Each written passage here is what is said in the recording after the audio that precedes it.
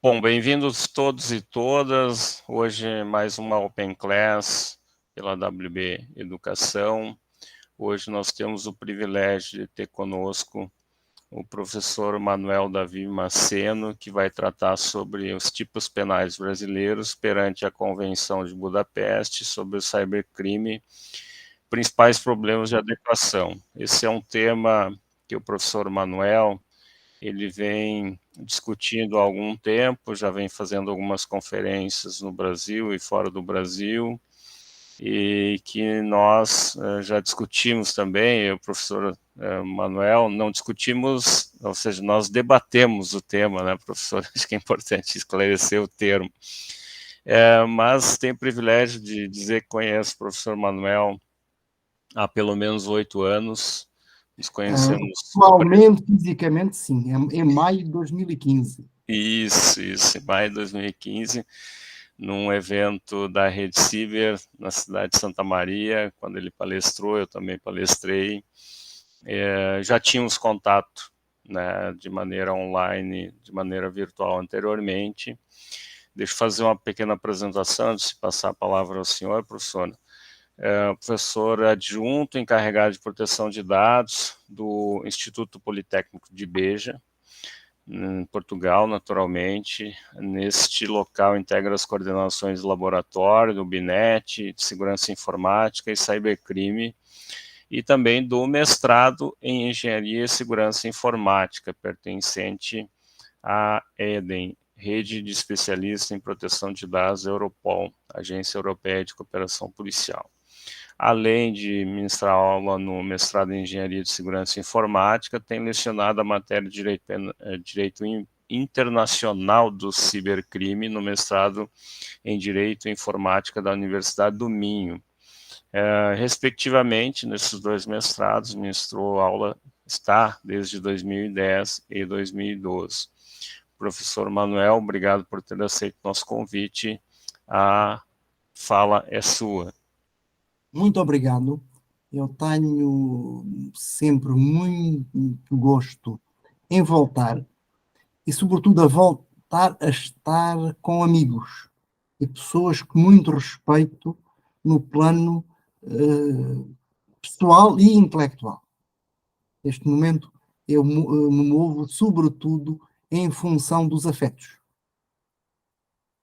E pela grande consideração que tenho pelo delegado doutor Emerson de Vente, obviamente, é óbvio que não podia não aceitar um convite tão gentil como este, dando uma pequena mão nesta iniciativa WB Educacional. Perfeito, professor. A gente fica muito feliz. É recíproca. Isto pensarão muitos que é uma audácia de um português vir falar deste assunto. Em meu abono, dizer que leciona há mais de uma década a matéria de Direito Internacional do Cibercrime e comecei a abordar questões de direito penal da informática brasileiro também há uma década. A primeira vez que palestrei sobre o assunto foi no início de maio de 2013, menos de 2 meses após o início da vigência da chamada Lei Carolina Dickmann, em São Paulo. E tenho acompanhado a evolução legislativa do direito interno brasileiro, e como veremos daqui a muito poucos minutos, como é que o Brasil foi se aproximando de uma maneira, por vezes complicada, da regulação mundial que temos de momento, que é a Convenção de Budapeste. Eu tenho estado acompanhando. Daí, sentir razoavelmente à vontade, inclusive para o debate, a propósito desta questão. Eu peço para o amigo Emerson para passar o slide, que eu não posso. E começamos pelo fim. Isto é, já este ano, meados de abril, hoje é 13, faria agora 7 meses, foi finalmente publicado o decreto que promulgou a Convenção sobre o Crime Cibernético. O que tem logo aqui um problema complicado, que eu, como sempre, fiz questão de ir verificar. É que o decreto diz: firmada pela República Federativa do Brasil em Budapeste em 23 de novembro de 2001. Não é verdade. O Brasil não foi signatário da Convenção de Budapeste. Por isso isto é algo que é assim um pouco estranho. Eu não dei, fui verificar na documentação do Conselho da Europa. A Europa é uma organização de cooperação política e cultural semelhante à Organização dos Estados Americanos. Não é, o Conselho da Europa não tem relação com a União Europeia, salvo que todos os Estados-membros da União Europeia também são do Conselho da Europa. Como o Mercosul, todos os Estados-membros do Mercosul fazem parte da OEA, mas não tem mais ligação. Agora, eu fui verificar e o Brasil não está. Por isso não faço ideia, eu não estou assim desconsiderando, não estou destratando, desmoralizando o Brasil, mas temos aqui um decreto que diz algo que é literalmente não verdadeiro. Neste momento já são mais de 60 os Estados-parte, o último, em 2023, foi o Brasil. E depois comecemos pelo início. E depois já faremos até uma pequena aproximação aos pré-trabalhos preparatórios. É o seguinte: a Convenção de Budapeste, embora formalmente tenha sido criada dentro da estrutura do Conselho da Europa, foi assim porque nas Nações Unidas não existiam condições políticas, ou se quisermos, geopolíticas, para avançar com um tratado internacional em matéria de criminalidade informática. O que é que aconteceu? Um conjunto de países não europeus associaram-se ao Conselho da Europa e, literalmente, Estados Unidos, Canadá, Japão, África do Sul e Filipinas. A situação das Filipinas depois ficou dúbia, mas a ideia foi que Estados liderantes regionalmente participassem. O Brasil optou por não participar. E podia ter participado como observador, como os Estados Unidos, ou como a África do Sul. Até o bom exemplo da África do Sul, inclusive, é dos atuais BRIC. Nem seria por aí.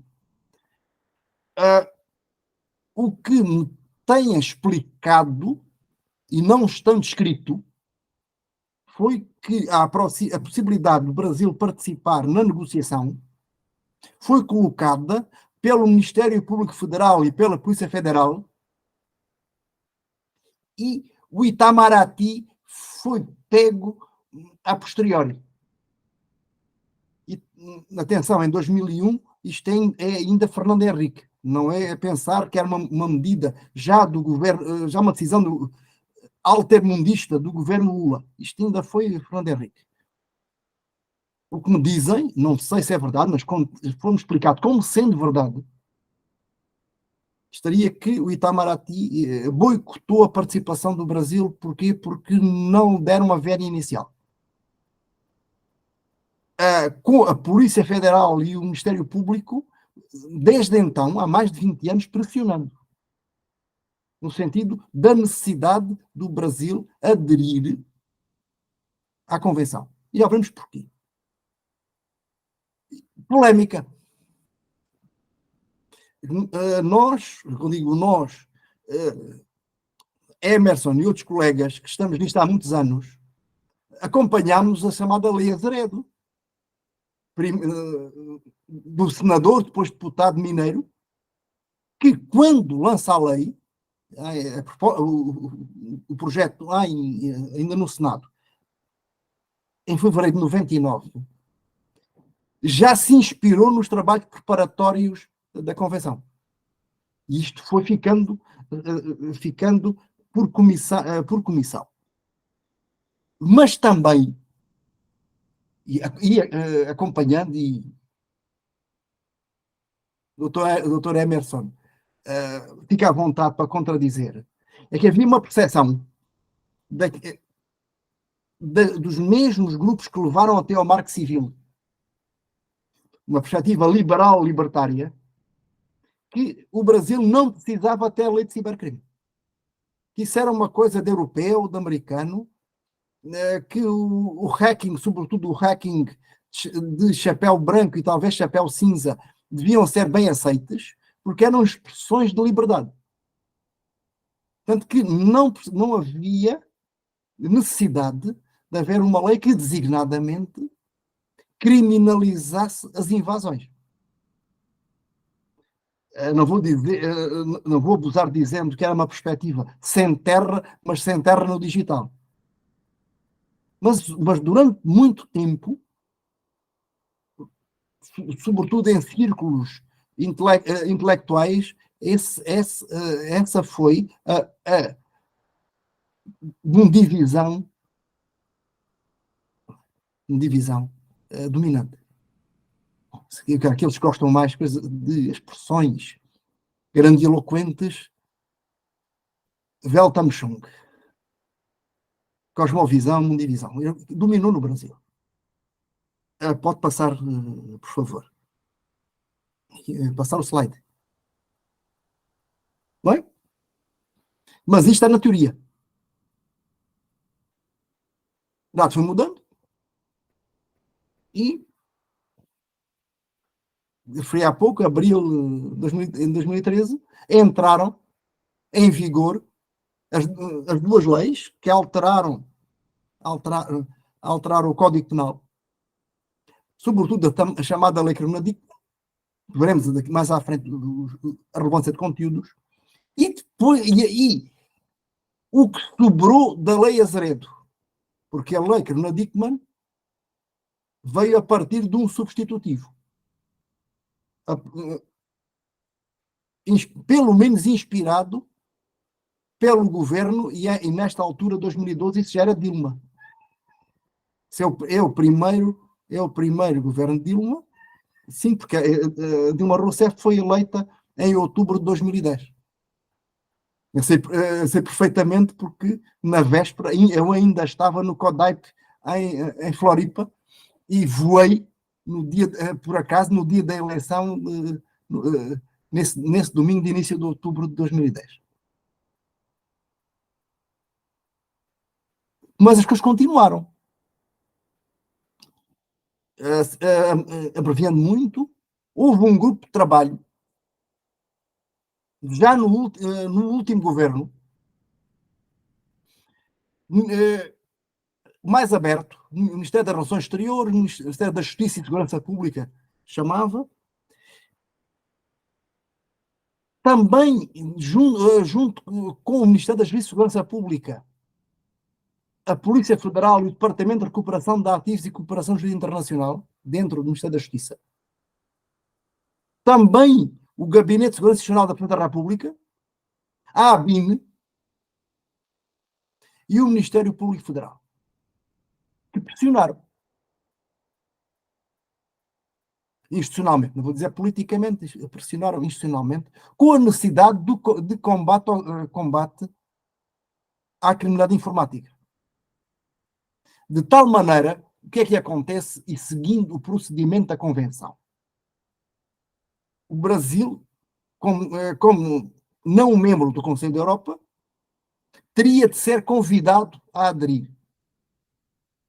E como se faz? O Brasil diplomaticamente indicou que estava disponível para ser convidado. Isso é como um baile antigo. A moça, com o leque ou com o olho, dá um sinal que está disponível para ser convidada para a próxima dança. Isto é algo que soa muito antigo, mas há 2 gerações atrás era assim. O rapaz, sem ser convidado por um sinal, não se atrevia, até para não ficar desmoralizados, pedir para dançar, ela dizer que não. Ela dava um sinal para ele que podia ir. E foi a lógica também, aqui a lógica também aqui da convenção, em termos diplomáticos. Pode passar. Eu depois vou deixar... Professor, só me permite um comentário, né, referente a esse tópico, porque o que restou da Lei Azeredo foi muito pouco. Né? Sim, seja, é quase um apêndice ao artigo. A propósito da fraude, sim.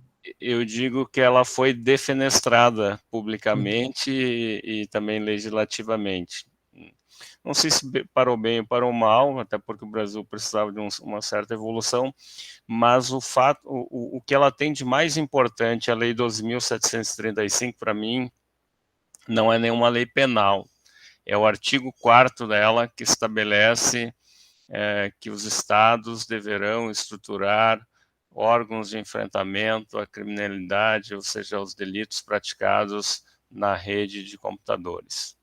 Ou seja, não foi nenhuma norma programática, dizendo os estados têm, as nossas províncias aqui, né, teriam tanto tempo para instituir os órgãos, mas que os estados, a partir daí, 2012, evoluíram bastante. Hoje nós temos, professor, no Brasil, 2 estados que não têm, aliás, um estado que não tem previsto nenhum órgão nesse sentido, que é o Mato Grosso do Sul.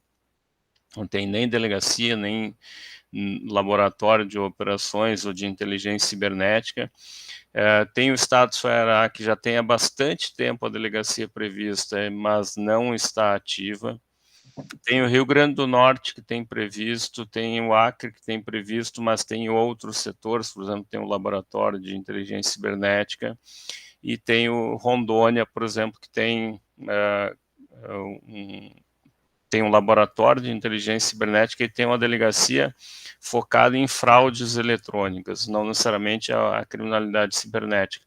Então, esses 5 estados é os que têm estrutura mais reduzida ou não tem estrutura nesse sentido, mas os demais já vinha alguma coisa antes da lei, mas foi intensificado pela lei. Hoje o Pará tem um departamento com várias delegacias, São Paulo tem uma divisão com várias delegacias também, então houve uma estruturação nesse sentido, embora a lei penalmente tenha ficado muito reduzida.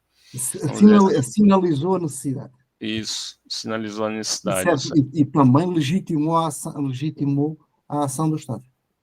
Perfeito. Desculpa a minha intromissão. Nada, pelo contrário. Prometo não me... Quem está nos ouvindo terá ficado muito mais elucidado. Vamos passar um slide. Acho que vamos passar aqui até a hora de jantar, a hora de deitar, ficamos aqui o tempo todo. Bom, na sequência, 11 de dezembro de 2019, o Brasil foi formalmente convidado. Andando depressa, o Presidente da República fez seguir para o Congresso a proposta de ratificação, em julho de 2020, e, levando bastante tempo, o Congresso Nacional, a 16 de dezembro de 2021, quer dizer, 2 anos depois, aprovou. Já mesmo e depois entra a aprovação e o decreto publicado teve ano e meio, quase. Assim, quase ficou perdido a algures, mas levou ano e meio. Para mim, pelo menos, é estranho como é que o Congresso aprova e, por exemplo, o presidente cessante, o que é que não assinou e mandou antes de sair? Teve mais que tempo para isso. Pronto, prioridades, certamente. Bom, por que a adesão?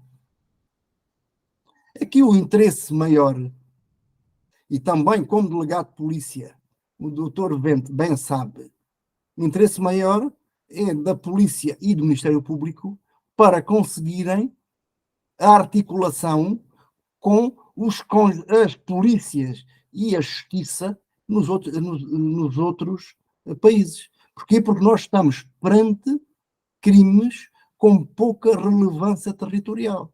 Um ato através da rede pode ser praticado no Brasil a partir de onde for, do Japão, da Coreia, de um país africano, não interessa. Basta ter uma conexão que até pode ser por satélite e para efeitos de identificação de responsáveis, de recolha de prova, é necessária a colaboração externa. O que é que era preciso fazer sem um instrumento como este de harmonização? É enviar por via diplomática precatórios, que ficam a aguardar para quando houver tempo. Ora, a velocidade pela qual estes atos são praticados não se compadece com o procedimento de cooperação judiciária e policial internacionais, diplomáticos tradicionais. Daí, já veremos daqui a um minuto ou dois, que a Convenção de Budapeste tem 3 partes. Há uma parte que é aquela que nos fixaremos de direito penal material, mas tem outra de direito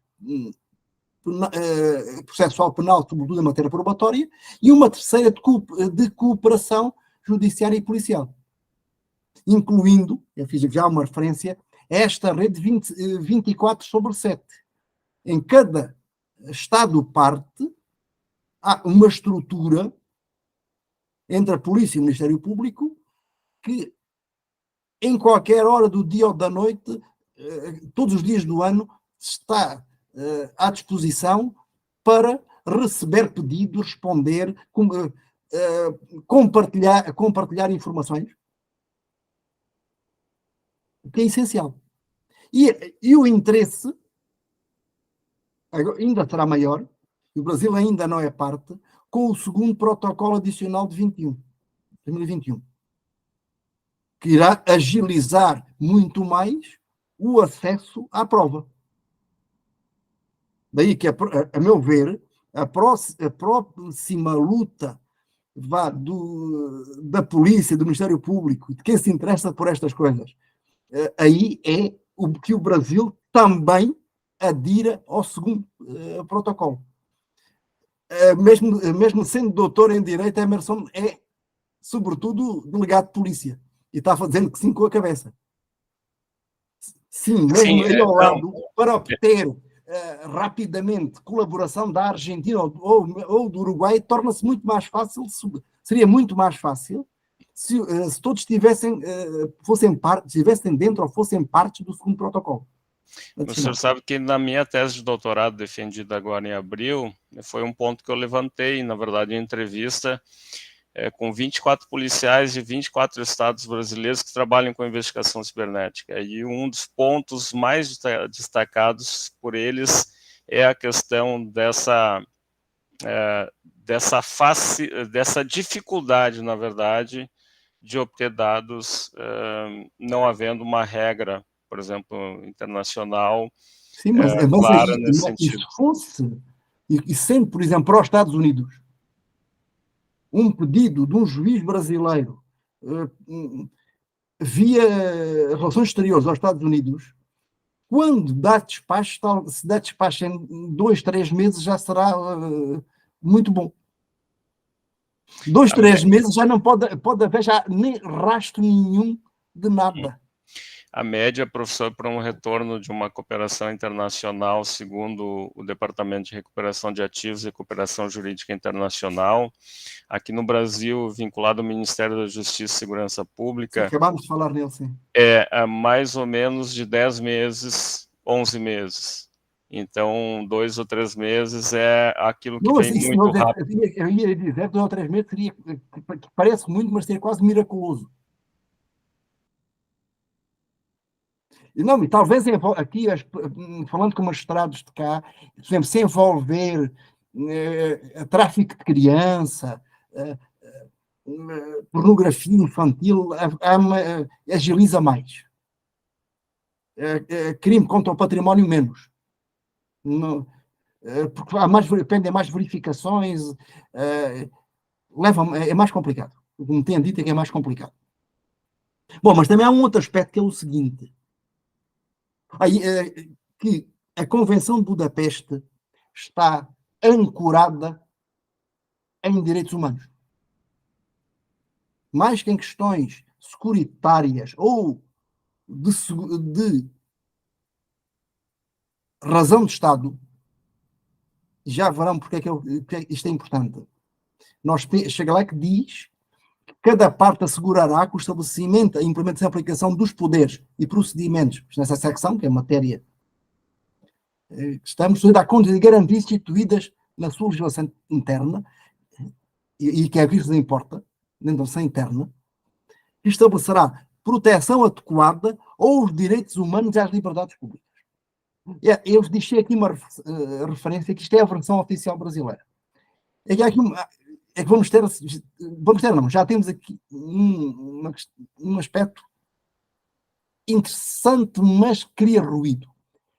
É que há uma versão oficiosa em português do Conselho da Europa da Convenção, depois há a versão em português Portugal, e agora há a versão em português do Brasil, e não são iguais. Inclusive, o nome dos crimes não são iguais. Eu hoje estou convencido que nós em Portugal temos um deles está errado, e vocês também têm um que está errado. Que não são o mesmo. Deixar aqui a expectativa que não são o mesmo. Pode passar, porque isto continua aqui não me cabia no slide.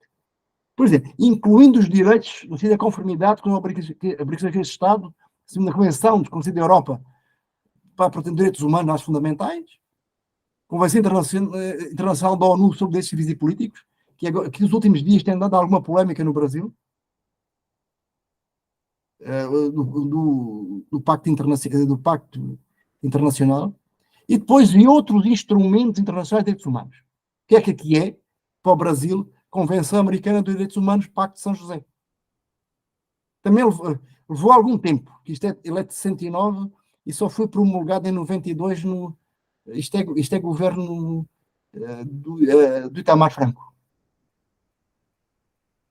Depois também poderes incorporarão o princípio da proporcionalidade e garantias de controle judicial, supervisão independente. Isto é o essencial. Porque é que isto é essencial? Porque, neste momento, nas Nações Unidas, está em andamento um processo, podemos dizer, concorrente deste. Uma convenção internacional abrangente relativa ao crime, à utilização da tecnologia de informação e da comunicação para fins criminosos. Isto na versão de português Nações Unidas. Por favor, pode passar o slide. E vejam quem são os camaradas. Aqui estão. Rússia, a proposta é a Rússia. Quem é que apoiou, quem é que subscreveu? Bielorrússia, Camboja, Coreia do Norte, Irã, Myanmar, ou seja, a antiga Birmânia, Nicarágua e Venezuela. E depois também China e Índia, mas Índia, o autoritarismo do Modi. Ora, a Assembleia das Nações Unidas, uma resolução, na sessão de 2018, porque as Nações Unidas, normalmente a Assembleia Geral reúne de outubro a dezembro,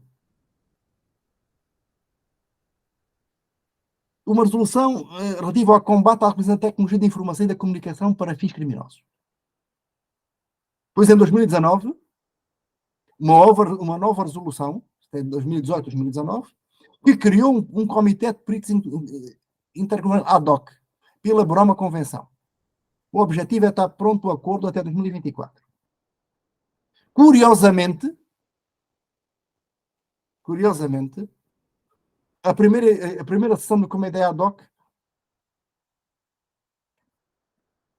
ocorreu na mesma semana do início da invasão da Ucrânia.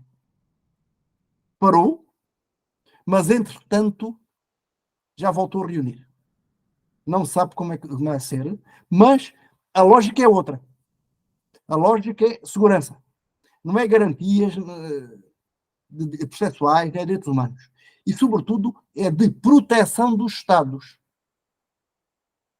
Não é proteção dos direitos das pessoas perante os criminosos, mas proteção dos interesses dos Estados.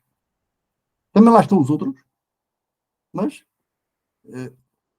há aqui vou dizer uma alternativa, mas há aqui quase dois mundos em confronto.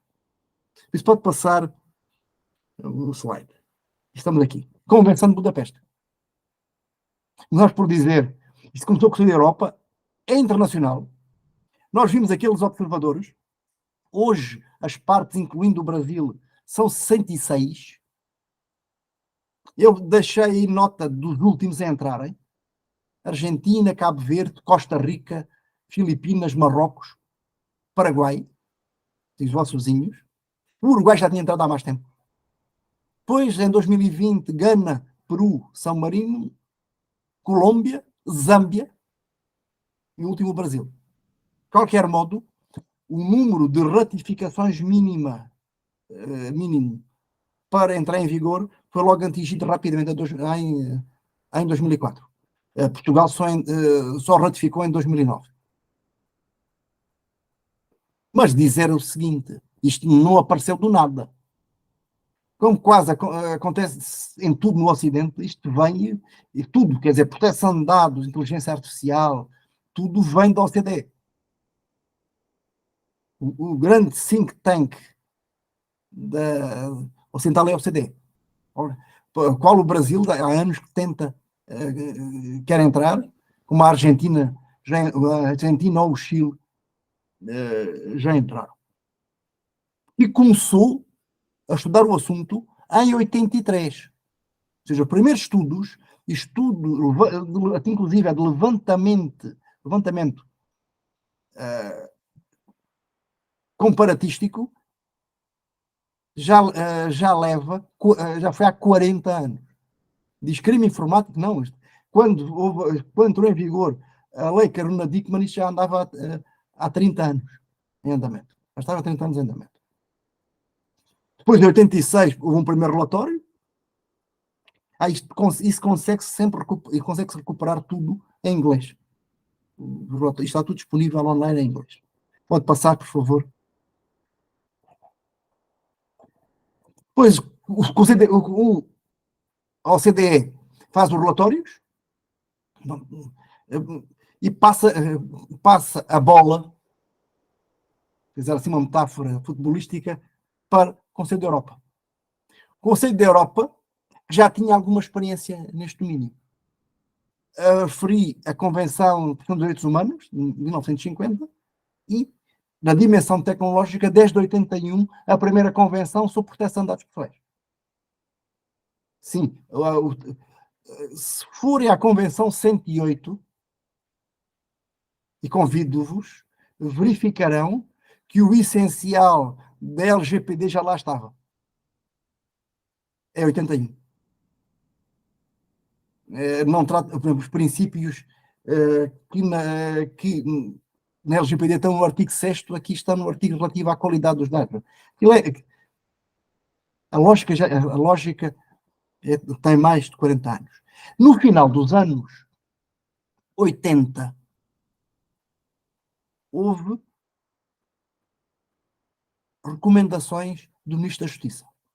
Eu recebi há 3 semanas um colega, professor de Direito Penal em Istambul, vem-nos dar uma palestra sobre legislação turca de cibercrime, que já o tinha feito também há uns anos, e pensar que a Turquia também está no Conselho da Europa, e sobretudo a partir desta resolução de 88 e 89, a pirataria destes autorais de Informática, isso levou à primeira geração de leis europeias em matéria de crimes informáticos. No caso de Portugal, a Lei 109 de 91. A nossa primeira lei sobre crimes informáticos é de agosto de 1991. Depois também, em 95, a dimensão processual penal. E é a partir daqui, e agregando, que vai sair a convenção. Pode passar, por favor, o slide. O pontapé de arranque foi esta resolução do Ministro da Justiça, que recomenda ao Comitê de Ministros o apoio ao trabalho desenvolvido pelo Europeu para os criminais, o cibercrime, e começaram as negociações. Lembremos que o PL do senador Azeredo é de 99 e veio beber aqui. Convenção, temos aquelas três partes: direito penal material, direito processual penal e cooperação internacional. Acrescentar que elas foram completadas. A primeira parte, e até podemos explicar porquê, foi completada por um protocolo adicional, por um primeiro protocolo adicional, protocolo de Estrasburgo, de janeiro de 2003. E até já vou adiantando que só percebi o porquê estando na Turquia. A propósito de atos de natureza racista e xenófoba praticados diversos sistemas informáticos. E também a componente da proteção das crianças no contexto da pornografia infantil e também do grooming. Como é que isso se traduz em português? O grooming seria abordagens online a crianças para fins sexuais. Vem numa outra convenção, que é a Convenção de Lanzarote, de 2007. Vem completar. Depois temos a componente processual penal e depois na cooperação internacional. O processual e o internacional são depois acrescentadas com o segundo protocolo de novembro de 2021, aberto a assinaturas 10 de maio do ano passado. E este protocolo ainda não está em vigor por não ter o número mínimo de ratificações. Se houver alguma questão, nós podemos aprofundar isto, mas se não tiver, vamos em frente. Por favor. Bom, porquê a atuação dos tipos penais brasileiros? Aqui é preciso pensar em termos de princípio da legalidade projetado também na tipicidade. É que se os tipos penais brasileiros não se ajustarem à Convenção, os pedidos que chegarem a outros Estados-parte depois não encaixam com os tipos penais que todos têm. Isto é, para a Convenção ser eficaz, o direito penal brasileiro tem de se adaptar ao padrão mínimo, e o padrão mínimo não é exigente da Convenção. Em grande parte já lá chega, mas ainda não em tudo. E agora vejamos os tipos. E eu vou contar muito com a participação do Dr. Emerson, com o conhecimento e a experiência dele, contestar. Começamos por aquilo que a vossa doutrina chama de cibercrimes próprios ou crimes próprios. Mas é preciso dizer uma coisa. Há uma noção muito expandida, a meu ver, equivocada, que crime informático, vou dizer uma coisa preliminar. Crime informático e cibercrime A lógica aqui, de mudança, porque inicialmente estava com criminalidade informática, depois está para cibercrime, é que em 2001 a lógica já passou a ser a da rede. Quis explicar, sinalizar que é a rede. E foram em documentos preparatórios da Convenção de Budapeste que foi usada pela primeira vez em documentação oficial o conceito de ciberespaço. Que tinha vindo da ficção científica do Neuromancer de Gibson no início dos anos 80. E hoje, para nós, é comum falar em ciberespaço.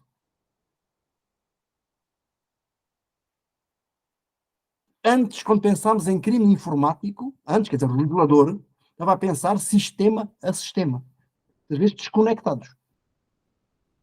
Quando entramos em cibercrime, mantém, mas desloca, em termos de poder afirmar copernicanos, isto é, deixou de ser o centro, a Terra deixou de ser o centro, para o Sol ser o centro.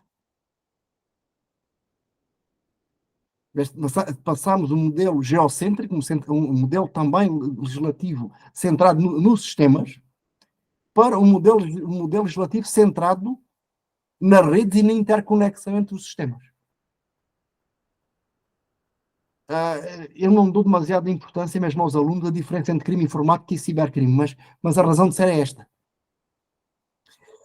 E aí, mas crimes informáticos são aqueles para os quais o legislador, na configuração típica, inclui sistemas informáticos e redes informáticas.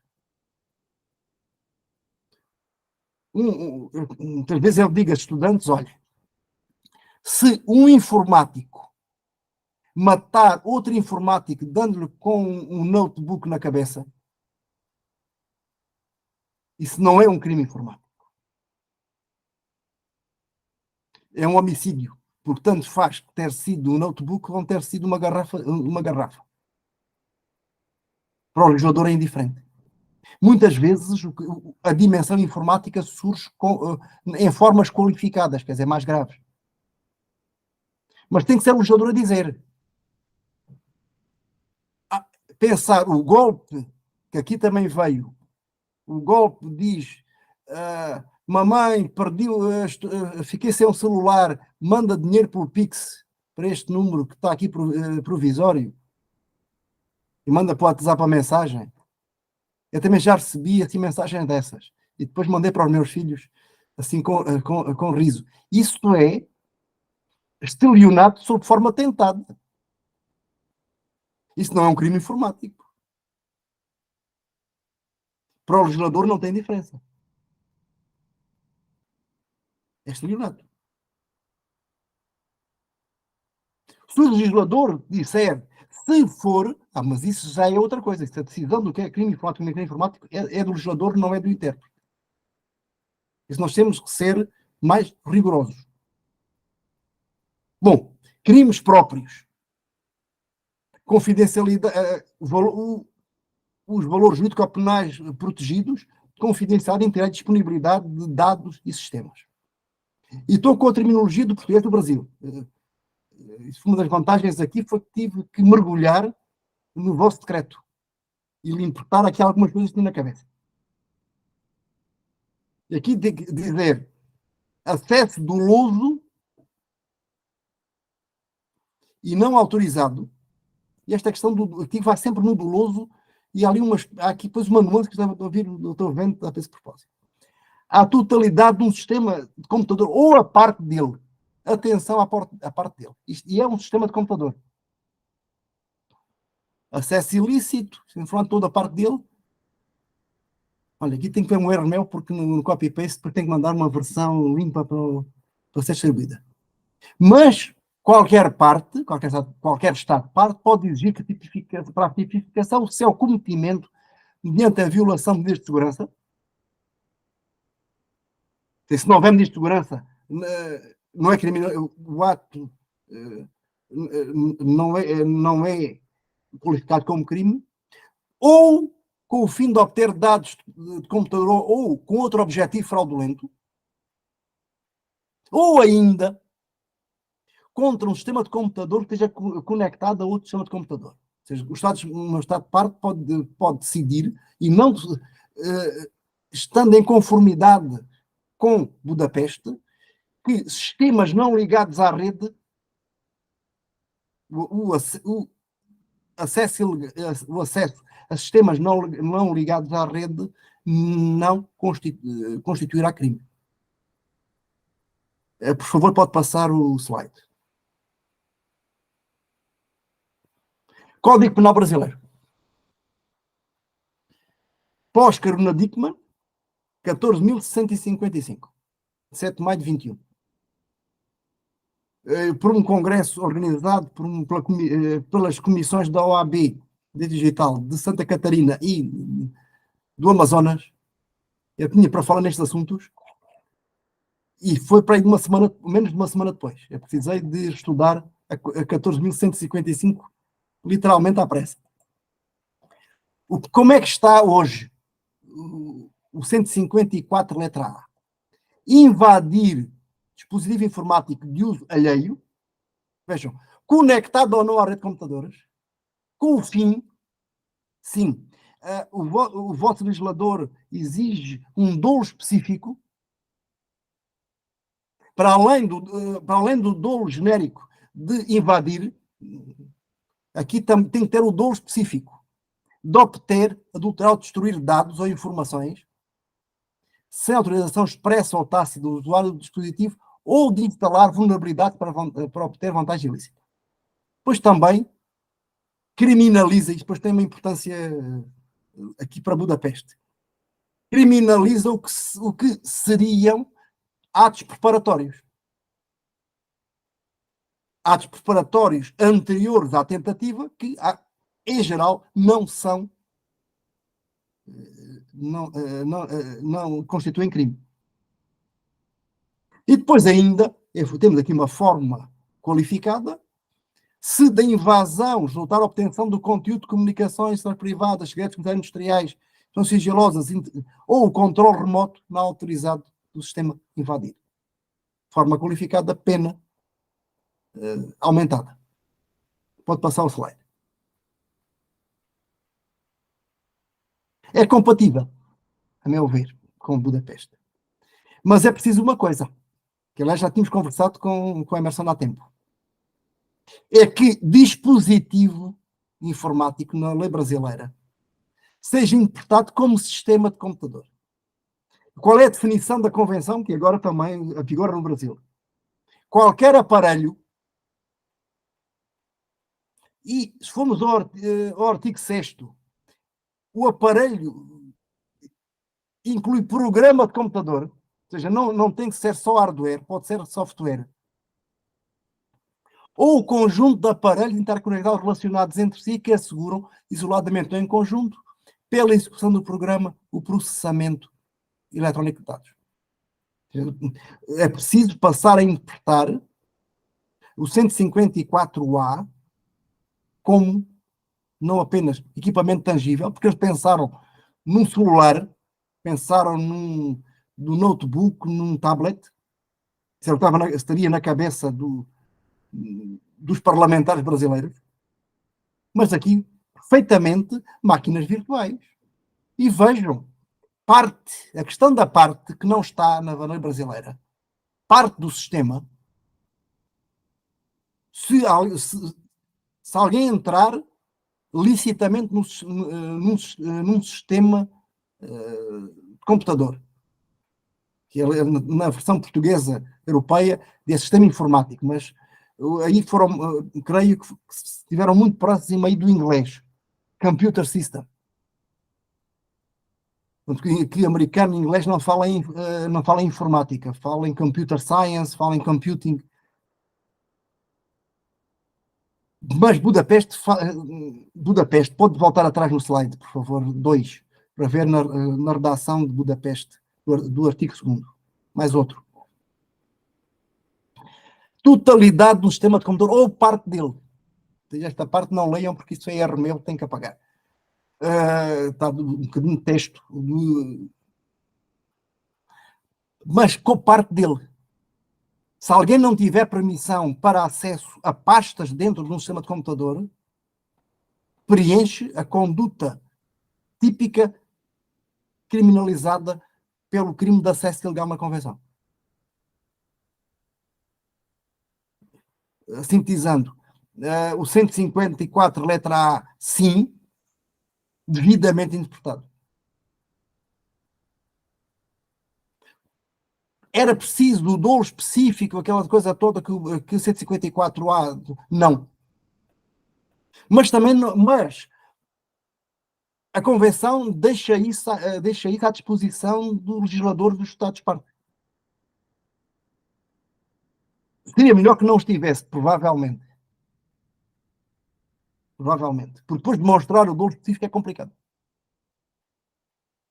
É complicado. Aqui o Ministério Público diz, bom, se não se consegue provar mais nada, pelo menos consegue-se demonstrar que o cara entrou. Pelo menos consegue fazer isso. E pelo menos uma sanção pequena assim para assustar depois se for primário, dá em multa. Isto pelo menos há algum efeito de prevenção. Mas agora demonstrar o dolo específico é quase tão difícil como demonstrar a tentativa. Tentativa de acesso ilegal. Porque pode dizer, não, mas só estamos testando vulnerabilidades. Aqui conversando com um colega de Emerson na polícia, o Rogério Bravo, dizer port scanning é tentativa. A polícia assim, não, se nós pensarmos isso como tentativa, nem que tivéssemos 5.000 policiais nisso, não conseguimos dar conta. E port scanning feito por spiders era uma coisa que a polícia não faria mais nada. Se não monitorar tudo em simultâneo. Podemos passar os slides à frente, por favor. Mais à frente. Interceptação ilícita.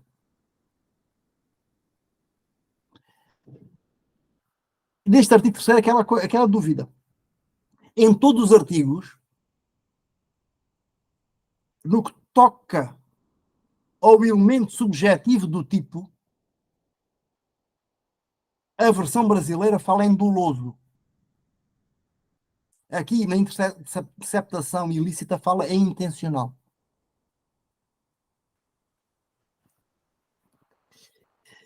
Preparem-se para haver discussões doutrinárias e jurisprudenciais na diferenciação entre o doloso e o intencional.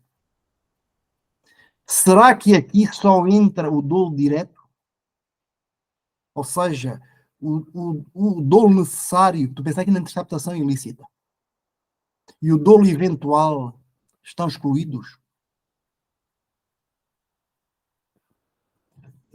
Dúvida minha neste momento. Porque vai-se tocar, pensar com o Emerson e com todos os outros colegas que se interessam por estas coisas, porque não está interessado nem está aqui nesta sessão. Porque o jogador, nesta versão português do Brasil, sempre dolo, e chega à interceptação ilícita, fala em intencionalidade. De transmissões não públicas de dados de computador para ser informatizado dele ou dentro dele, inclusive emissões eletromagnéticas. Quando vi isto de eletromagnéticas, eu pensei, bom, isto será Bluetooth ou algo semelhante. Não. Amigos policiais explicaram que mesmo no Note, cada vez que nós tocamos numa tecla, vai um impulso eletromagnético para o CPU.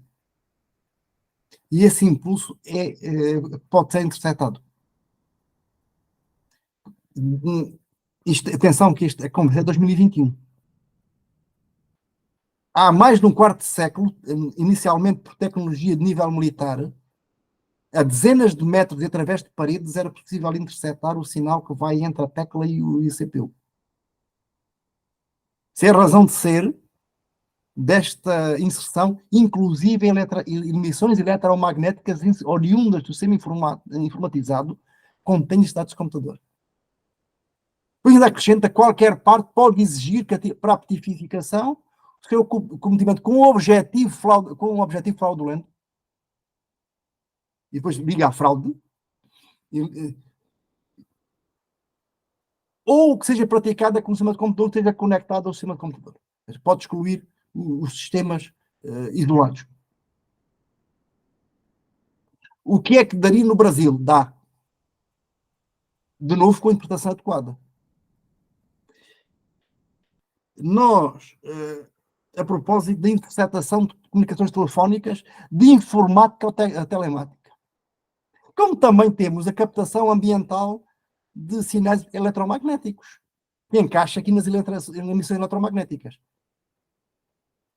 Isto são dois artigos, o 10 e o 10 letra A, da Lei 9296, mas desde que foi alterada pela Lei sobre os Crimes de Abuso de Autoridade. Desde 2019 isto é compatível. Temos aqui, isto tem que ser bem encaixado. O Brasil já tem criminalização dos atos previstos no crime de interceptação ilícita. Seria mais claro, até para melhor acesso às fontes, que a partir desta legislação especial viesse para o Código Penal. Para passar o slide, por favor. Violação de dados. Se nós olharmos para o conteúdo, isto aqui não tem violação coisa nenhuma. Isto não é um dado. Há aqui, a meu ver, um erro técnico do legislador brasileiro. É que nós sabemos muito bem o que é uma violação, um data breach. Aqui não há nenhum vazamento, como falam no Brasil, se há violação de dados. Aliás, em inglês, traduzindo diretamente à letra, seria uma interferência de dados. Mas o que nós temos aqui é um crime de dano.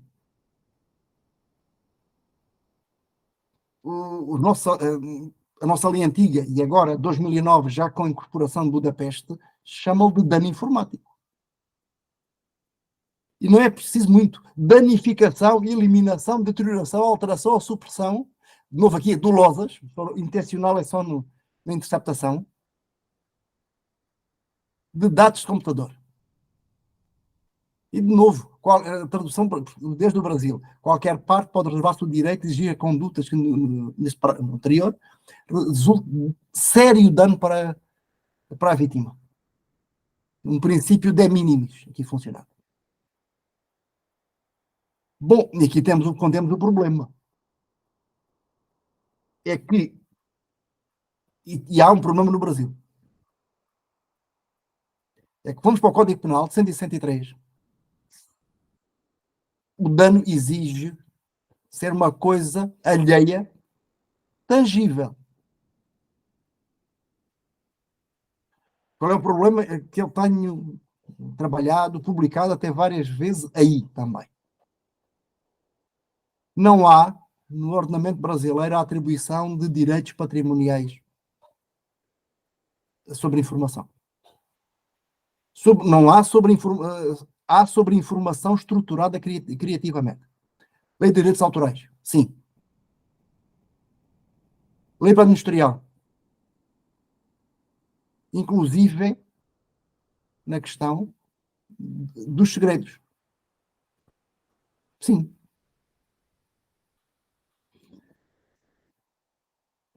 O mesmo para a supressão de documento, no 305.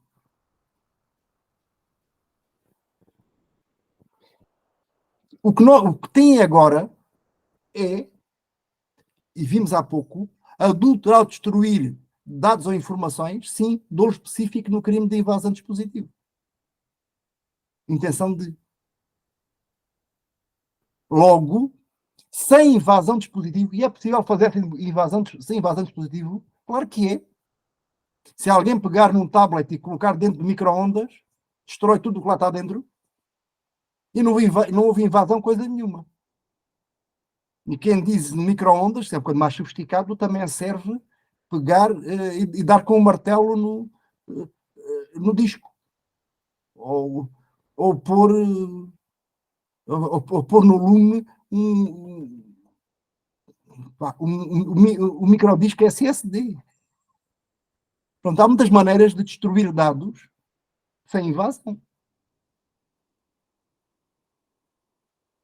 Não pode passar, depois se for. Eu estou aqui disponível para parar em qualquer momento para. Perfeito. Assim, o professor Rony, que também é professor da WB, aqui está participando conosco. Ele é do Espírito Santo. Não sei se o senhor já esteve por lá.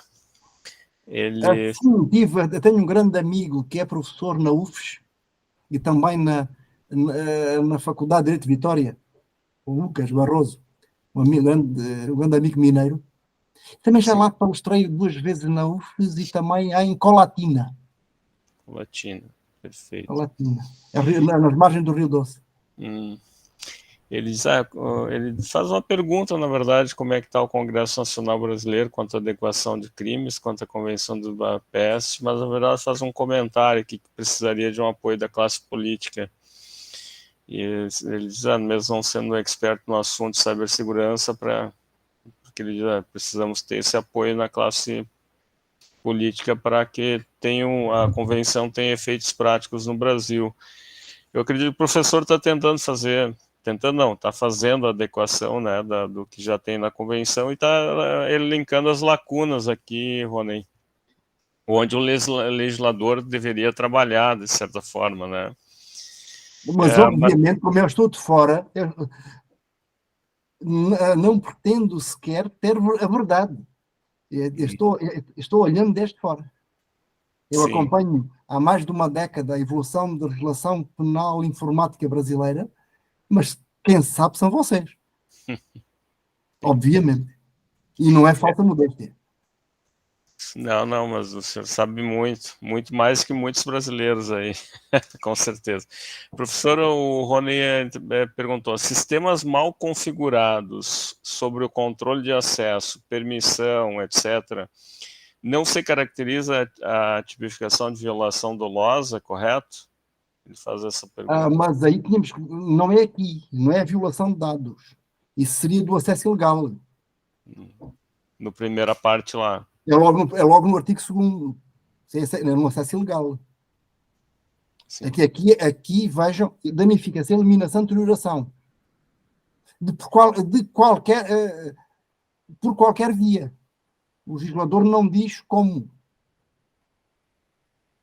Não diz como.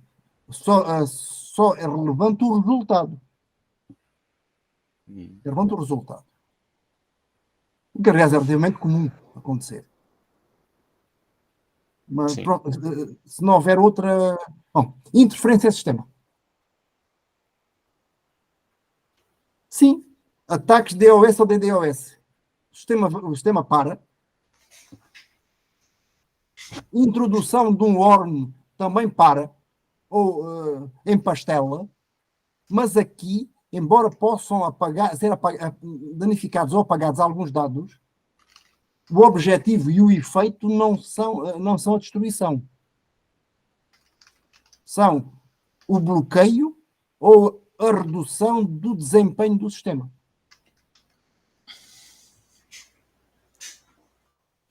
Eu e Emerson, aí por maio de 2017, fizemos um pequeno escrito durante um fim de semana sobre o ransomware. Tem sido bastante citado em TCCs e coisas assim. Porque também não havia mais nada. Tivemos a vantagem de estarmos sozinhos na altura. Isso foi na temporada do WannaCry. A primeira vaga de ransomware. E já falámos nisto. Quer dizer, há um ataque que cifra, que encripta os dados, não os destrói, mas o sistema não funciona. No todo ou em parte. E aqui teríamos, vejam, o artigo 5º da Convenção, qualquer grave obstrução ou impedimento doloso, que isso pode ser no doloso, não autorizados do funcionamento do sistema de computador por meio de inserção, transmissão, danificação, apagamento, alteração ou supressão de dados.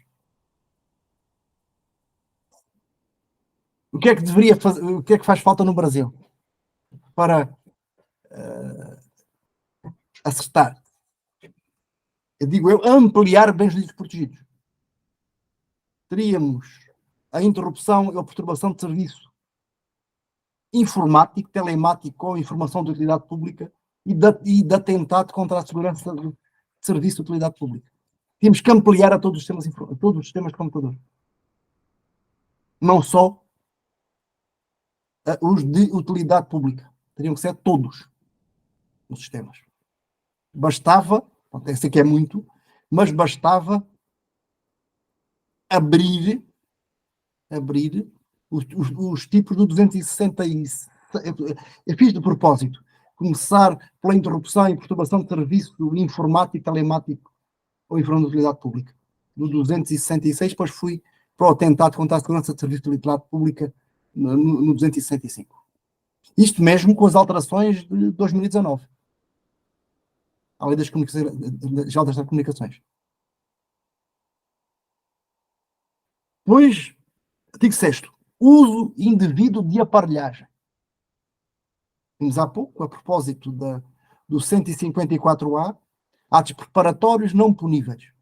Mas aqui constituem um tipo penal autónomo, tal como no 154A. Está no mesmo artigo, mas é um outro tipo, que ali está encastrado. E porque é que entra? Produção, venda, aquisição para uso, importação, distribuição, disponibilização, por qualquer meio. De aparelho. E vejam, há pouco, a propósito do aparelho e do dispositivo, relativo para este artigo 6º, incluindo o programa de computador, ou seja, o programa de computador dentro do sistema da Convenção de Budapeste também é um aparelho. Podia ficar a sensação que isto era só hardware, era só equipamento físico, mas também programas. Desenvolvido ou adaptado principalmente, mas, e aqui é uma mudança que é necessária, grande no Brasil, para o cometimento de quaisquer dos crimes estabelecidos de acordo com os artigos 2 a 5. Todos os anteriores. No Brasil, hoje, só temos esse tipo, só tem esse tipo no que se refere à invasão do dispositivo. Não aos outros. Nos outros, como seriam atos preparatórios, não se, há a produção, venda, aquisição para uso, importação ou disponibilização dos meios técnicos de efetivar os crimes, estes crimes, não é penalizado. Mais, também, senha de computador, código de acesso ou dados similares pelos quais possa acessar um sistema de computador ou qualquer parte dele, e voltamos com a questão da parte, com a intenção de usá-lo, e vamos para a questão de dolo, para a prática de quaisquer dos crimes previstos de 2 a 5. Vamos passar à frente. Já estamos quase no fim. E depois também posse quais estes instrumentos, mas a possibilidade, qualquer parte pode agir por lei, que é posse do número mínimo de tais instrumentos. Qual é a ideia? É só se for com uma escala já comercial, não que alguém tenha, que desenvolva artesanalmente. Bom, também, como estava a dizer, é necessário ir além da criminalização das condutas do 154A. E incluir ações que têm por objeto palavra-passe, código de acesso ou dados similares que permitam aceder a um sistema informático. Depois vamos para os cibercrimes impróprios. Os anteriores só Professor, são pensáveis. só um pouquinho, professor. Ah, O isso Ezequiel não. antes levantou a mão, daí eu esperei o senhor terminar esse raciocínio. Ezequiel, por favor, deve ser sobre os crimes informáticos próprios, não é isso? Boa noite a todos, cumprimentar o Boa noite. professor Emerson, o professor Marcelo. Que na hora que eu levantei a mão, foi o momento que foi feita a menção ao artigo 2º da Convenção de Budapeste como acesso ilegal. Eu já havia transitado ao tópico, se for possível, Sim. essa breve digressão. Então, saber como o professor analisa casos em que resvalam ao âmbito da Deep Web, Dark Web, e aí numa casuística, não como invasão, mas como descuido do usuário. Não consegui ouvir. Como? Como um descuido do usuário. Uma falha de segurança do usuário, de uma configuração... Mas não depende do legislador nacional. Sim. Está na mão do legislador nacional. É porque pode até não haver... pensa em Portugal. A lei de 1991 exigia que se ultrapassassem barreiras técnicas. Agora, a lei já não exige isso. Pelo seguinte, se aplicar simples comandos no Google Hacking e no Google Hacking Database há inúmeras formas para a busca, ou seja, dependendo da forma como você busca. Na própria plataforma do Google, na Surface, você pode identificar arquivos com o protocolo FTP, File Transfer Protocol. Ou seja, então me parece que a própria Google estaria viabilizando. Se pode talvez interpretar, dizendo que em determinadas situações existe uma autorização implícita quando o sistema está aberto. Quando alguém deixa todo ou em parte em aberto.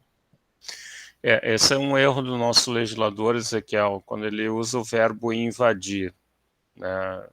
Não sei como... Porque aquilo que está em Budapeste, eu acho que é cessar. Sim, ou a simples ou constar, violar dados, né? Ou seja, independente da conduta anterior ao processo de violação de dados, entendeu? É essa questão que o legislador foi direto no verbo invadir, então, para a questão do acesso, ele exige a invasão anterior. E invasão significa força bruta. Eu acho que é nesse ponto que você quer dizer, não tem força bruta aqui, porque é um simples acesso verificando... Mas o jogador brasileiro pode continuar exigindo que tenham entrado por meios técnicos. Vou dizer isso que não através da engenharia social. Sim. Mas pode continuar a exigir isso e está adequado a Budapeste à mesma. É uma decisão soberana do Estado de parte. Mas isso é uma decisão. Onde é que põe a barreira? Sim, aqui no nosso no ordenamento onde eu me movo, entrar sem autorização ou sem base legal, designadamente polícia, autorização judicial, o ato de entrar já é crime. A sanção é baixinha, só por entrar. Mas já é. E não precisa dizer não entre. Não pode dizer assim, cuidado com o cachorro. Não precisa dizer. Dizer ao outro sistema aqui, não passa, por favor, não passe daqui.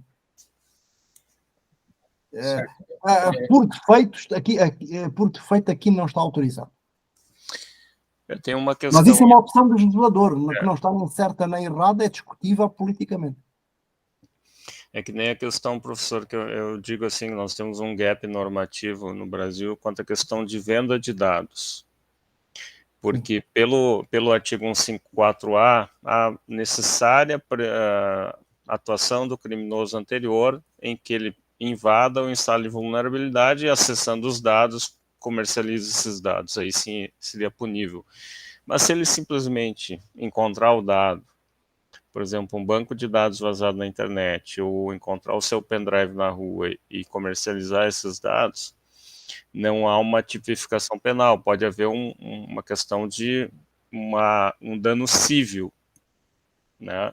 Mas penalmente não. Mas isso é uma opção, como o senhor diz, é uma opção do nosso legislador de ter restringido a conduta penal aqui no Brasil. Não seria isso? Foi o que eu... Sim. Tentando ir para os impróprios que já existiam, mas que o legislador, por serem praticados através de sistemas informáticos, o legislador dá uma nova conformação. Falsificação informática. E aqui entraríamos phishing, farming, fakes e deepfakes. Sim, porque vejam inserção, alteração, apagamento, supressão, dolosos ou não autorizados de dados do que resultem de dados inautênticos, com o fim de sentidos como legais, ou de terem sido feitos como se autênticos fossem. Isto é assim português, para nós é um preço antigo. Independentemente dos dados serem ou não diretamente legíveis ou inteligíveis. Sim, pode ser em linguagem máquina, que o humano não é inteligível por humanos, como não é por aí. Aí tem a ver com a própria noção de documento e da indução em erro através do documento. Aqui diz, independentemente de serem diretamente legíveis ou inteligíveis pelo humano. Depois, uma parte pode introduzir no direito interno uma intenção fraudulenta ou uma intenção similar para ser determinada a responsabilidade penal. Isto aqui, esta componente, fica de novo na disponibilidade dos Estados. Vou passar. Bom, o que é que tínhamos aqui para o Brasil? Ampliar a previsão em matéria de falsidades. Quando por meios informáticos. 266, 299, 301, 302, 307 do Código Penal. E tinha uma outra sugestão. Vocês tenham no 313, letra A do Código Penal, a inserção de dados falsos em sistema de informações. Como é que é a previsão típica? Inserir ou facilitar o funcionário autorizado, inserção de dados falsos, alterar ou excluir indevidamente dados corretos, informatizados ao bancos de dados da administração pública com o fim de obter vantagem indevida para si ou para outra, ou para causar dano. Ou seja, transformavam isto em crime comum. Deixava de ser um crime próprio de natureza funcional. Bastava apagar funcionário e administração pública, aplicando-se a qualquer agente perante qualquer sistema de computador para se ajustar a Budapeste. Depois temos a fraude informática. E a fraude informática é muito interessante. É mesmo muito interessante. O jogador português aqui errou. Chamou-lhe burla informática. Seria estelionato informático.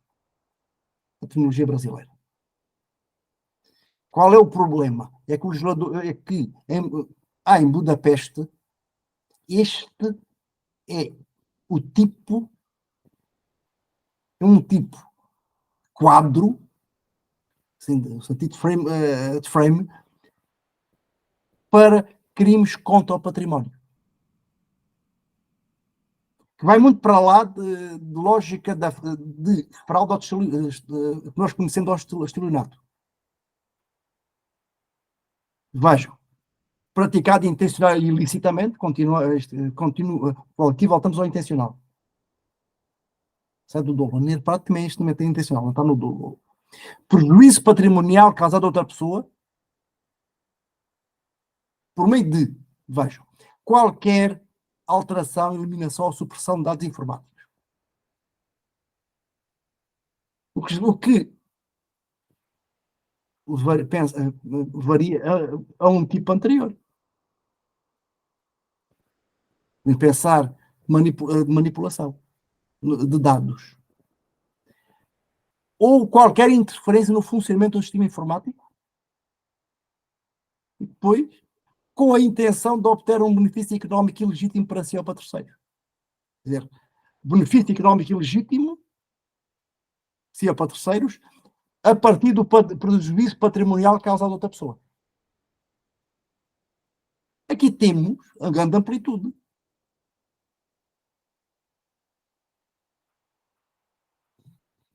Perfeitamente podia corresponder à inserção de dados falsos em sistema de informação. Que vocês já têm, transformando em crime comum. Pode passar.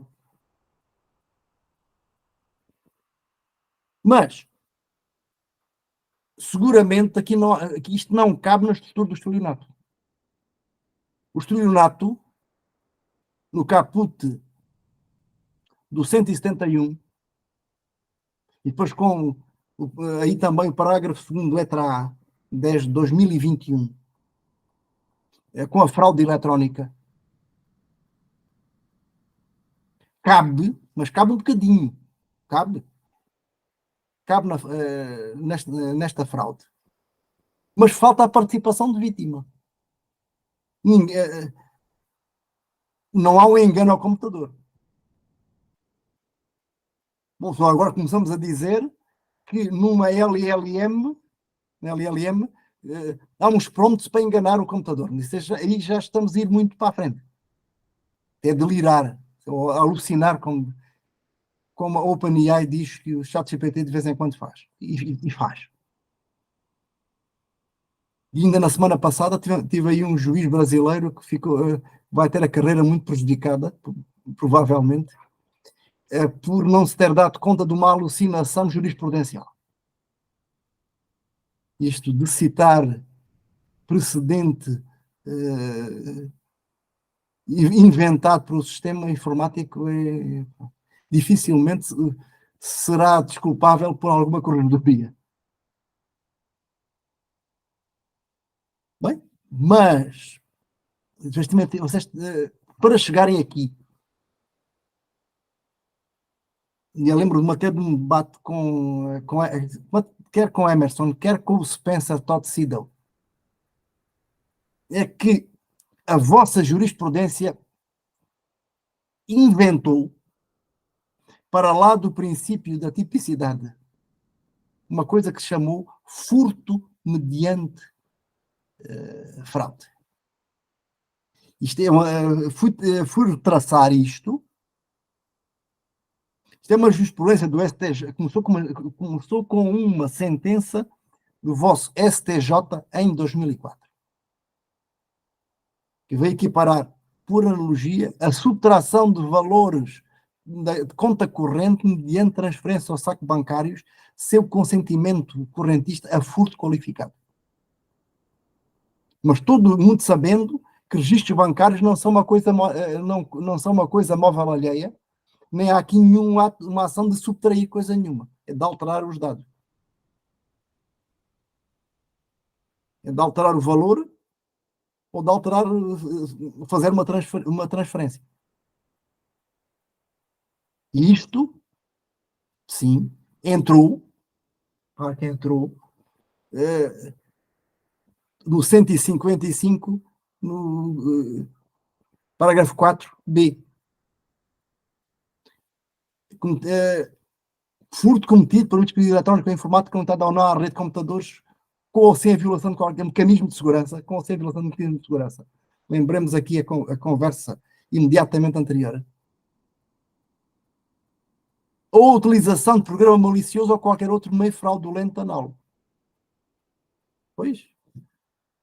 Houve aqui uma necessidade, haverá tido uma necessidade social que o STJ fechou os olhos ao princípio da tipicidade.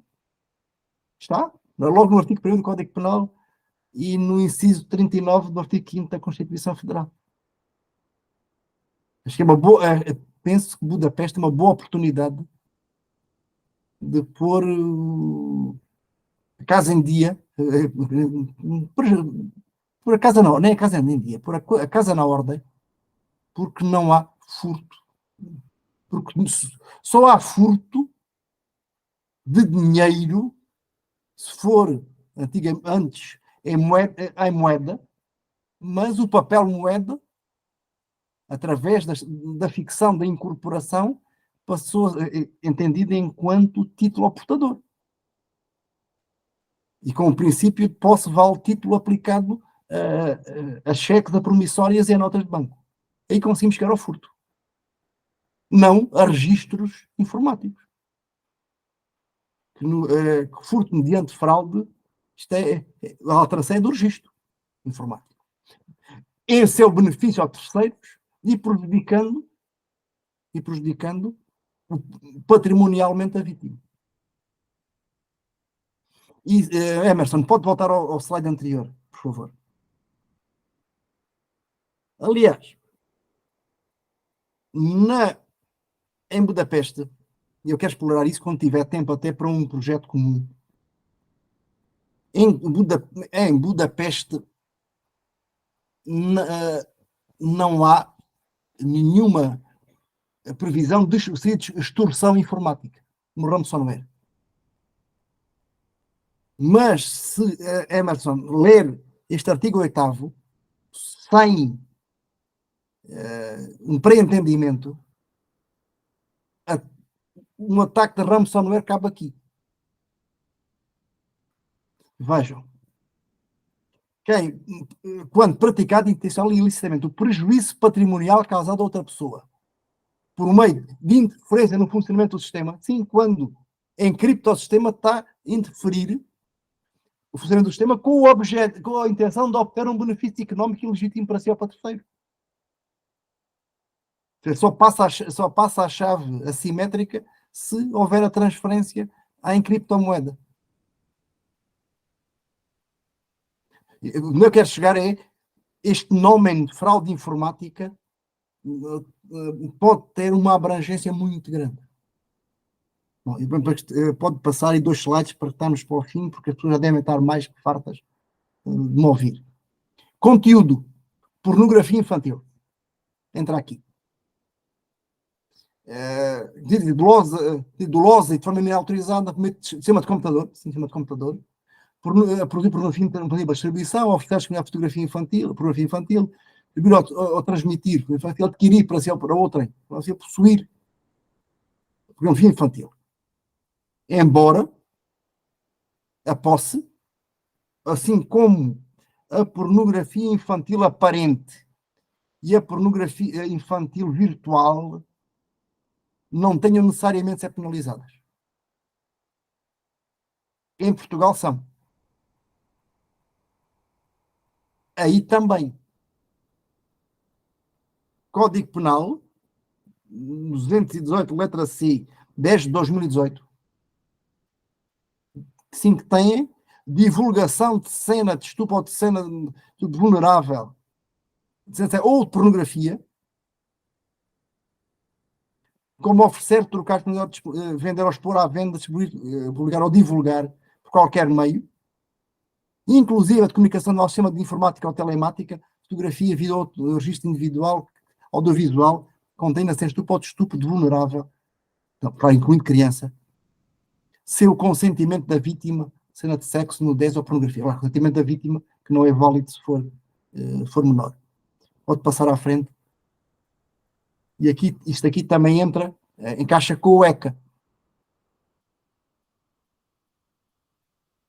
240-241D.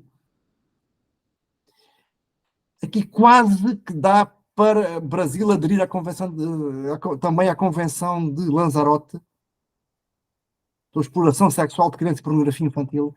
Falta uma coisa, falta a questão do grooming. Aqui já começa a penalizar quem assiste. Era um problema da lógica da posse.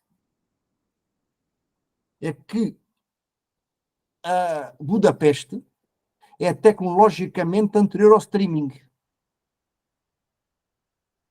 Exigir posse das imagens no sistema. Assistir, e deve haver poucos atos mais repugnantes que assistir em direto a uma criança ser torturada e estuprada. Deve ser falta de imaginação, mas quase não consigo, não consigo pensar nada pior. Agora, lógica, na redação anterior, alguém assistia em direto, não ficava com nenhuma imagem, não tinha imagens.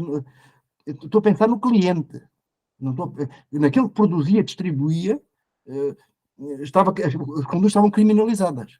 A do cliente que não ficava com imagens no seu sistema. O streaming tem grandes vantagens para os direitos autorais, mas aqui cria um problema enorme. E na Europa, Lanzarote veio resolver. E Portugal chegou a também uma diretiva da União Europeia de finais de 2012, e Portugal só transpôs tardiamente em 2015. Por umas razões políticas. Aquele só o Código Penal só foi alterado, mesmo já quase já na segunda parte de 2015. Finalmente, também não tem problema nenhum, violação de direitos autorais e direitos correlatos. Isto qual é a questão? É que nos atos internacionais, tanto na Convenção de Berna, 1886, quer no Acordo TRIPS, do anexo ao Tratado que criou a Organização Mundial de Comércio, de 94, e também do Tratado da OMPI, de 96, não está previsto a penalização necessária. Os Estados-partes terão que ter medidas de proteção de direitos autorais, mas não tem necessariamente de ser penal. O que Budapeste faz é inverter a regra. À partida, as obras usadas, entre aspas, de pirataria, de obras em formato digital, deverão ser criminalizados, a não ser, no artigo 10.3, que o Estado-parte tenha outras soluções jurídicas eficazes. Isto ficou de reserva porque há países que não criminalizam atos contra a propriedade intelectual. Aplicam multas à responsabilidade civil, inclusive responsabilidade civil punitiva, mas não entra na responsabilidade penal. Mas isso para o Brasil não é problema nenhum. O artigo 184 do Código Penal penaliza a violação de direito autoral. Este preceito até é criticável, porque é quase é quase um tipo penal em branco. Remete para a lei de direitos autorais, depois terá o conteúdo que a lei de direitos autorais disser. Mas também é assim na lei de 98 sobre problemas de computador. Violar direitos de autor de problemas de computador também é crime. Isto é, em matéria de direitos autorais, o Brasil adequa-se. E chegámos ao fim. Estamos aqui há 1h e quase, um pouco mais de 1h30. Isso, professor, muito bom. Bom, isto aqui há muito. Eu tenho muito poucas certezas, mas gostaria de bater com vocês, naturalmente. É porque estão no terreno. Conhecem muito melhor o sistema que eu conheço. Claro, com certeza. Mas com certeza o senhor conhece muito, né? Tem experiência, né, de uma legislação madura, por assim dizer, claro que é advinda de outra cultura, e tem que ser adaptável ao contexto nacional, também culturalmente. Eu recordo, eu acompanhei... Precisa ter chegar ao mínimo, precisa de chegar ao mínimo o mais rápido possível, Sim. para que a componente processual penal e de cooperação judiciária e policial possa funcionar plenamente.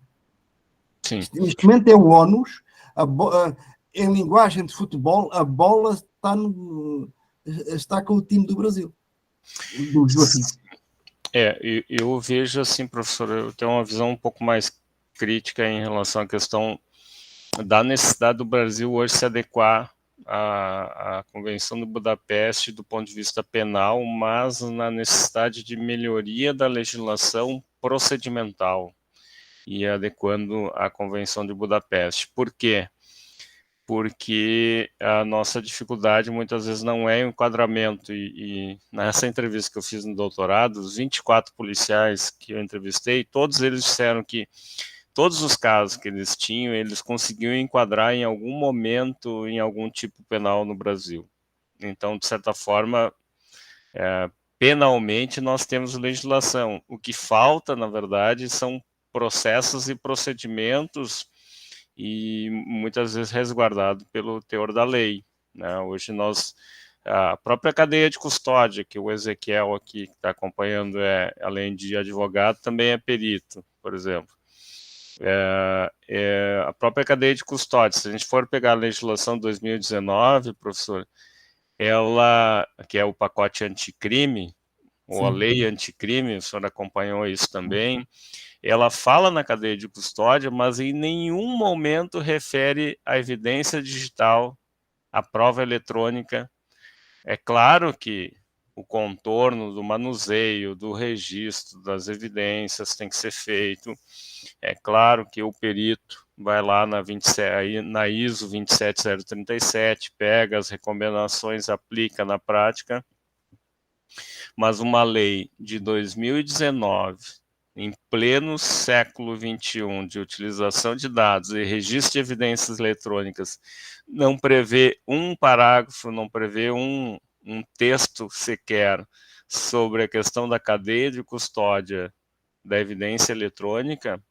Para mim foi uma falha grande do legislador nesse sentido, nacional, né, do legislador brasileiro. Então, é só uma observação aqui que eu faço nesse sentido. Temos gaps normativos penais, eu apontei vários na minha tese de doutorado recentemente. Quando for publicado, lhe mando um detalhe do livro até Portugal, professor. Se não for até lá, né? Se eu não for até Portugal até lá. Será muito bem-vindo. Mas vou deixar para o pessoal fazer perguntas aqui, Ezequiel, Douglas, Sidney, Marcelo. Por favor, Ezequiel. Sim, mais uma vez agradecer ao professor Manuel Damasceno sobre a brilhante exposição, esse momento de compartilhamento, de aprendizado. A minha pergunta é: aonde nós encontramos a relação integral dos países signatários da Convenção de Budapeste? É fácil, mas se estiver aqui um bate-papo... Tem.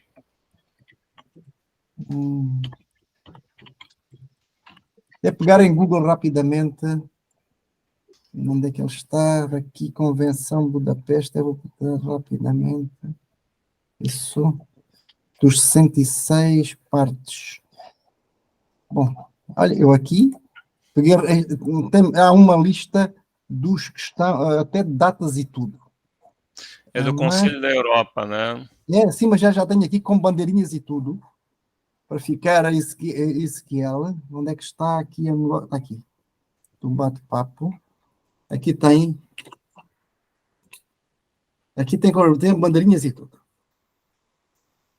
E depois há uma lista, esta foi mais rápida, depois há uma lista com as datas de assinatura, da assinatura e da... E e da ratificação. Se o Ezequiel procurar nesse mesmo link aí, tem tem. É diferente, tem ali... Depois aqui, traduções. Depois das traduções não oficiais, está o português, mas o que lá está a que está em português. não bate certo nem com a de Portugal, nem com a do Brasil. Isto é curioso, mas pode nos servir como contraponto. Aqui, esta é a tradução oficiosa, que deixei o link, em língua portuguesa. E aquilo que eu falei há pouco... Teoricamente, a versão oficial... Aí está publicada no decreto. Diário Oficial da União. Isso, no decreto 14.000. Aqui vejam, olha, artigo 4, interferência em dados, não é violação. Falsidade informática, aqui aparece no português europeu, burla informática. Aqui temos tido problemas porque aparece como burla, isto é, estelionato, o juiz quer pôr a estrutura do estelionato assim quase a martelo aqui dentro da lei do cibercrime e depois não funciona. Nós sabemos que o nome não é decisivo. Agora, que é suscetível de induzir em erro, é. Sim, porque violação de dados, isto é um data breach, não é outra coisa. Só que aqui é dano a dados, não é um vazamento de dados. É dano a dados. Sim. Quem é que foi... em inglês, aqui, o inglês ou este português dele é interferência em dados. Não faço ideia que é que no Brasil apareceu com a tradução violação de dados. Pronto. Estou dando 2 exemplos, creio eu, de erros claros, quer do legislador brasileiro, quer do português. Não estou desculpando nenhum, muito menos o meu. Mas pronto, acontece. Acontece. O professor Marcelo aqui referiu, acho que já tem razão no meu comentário,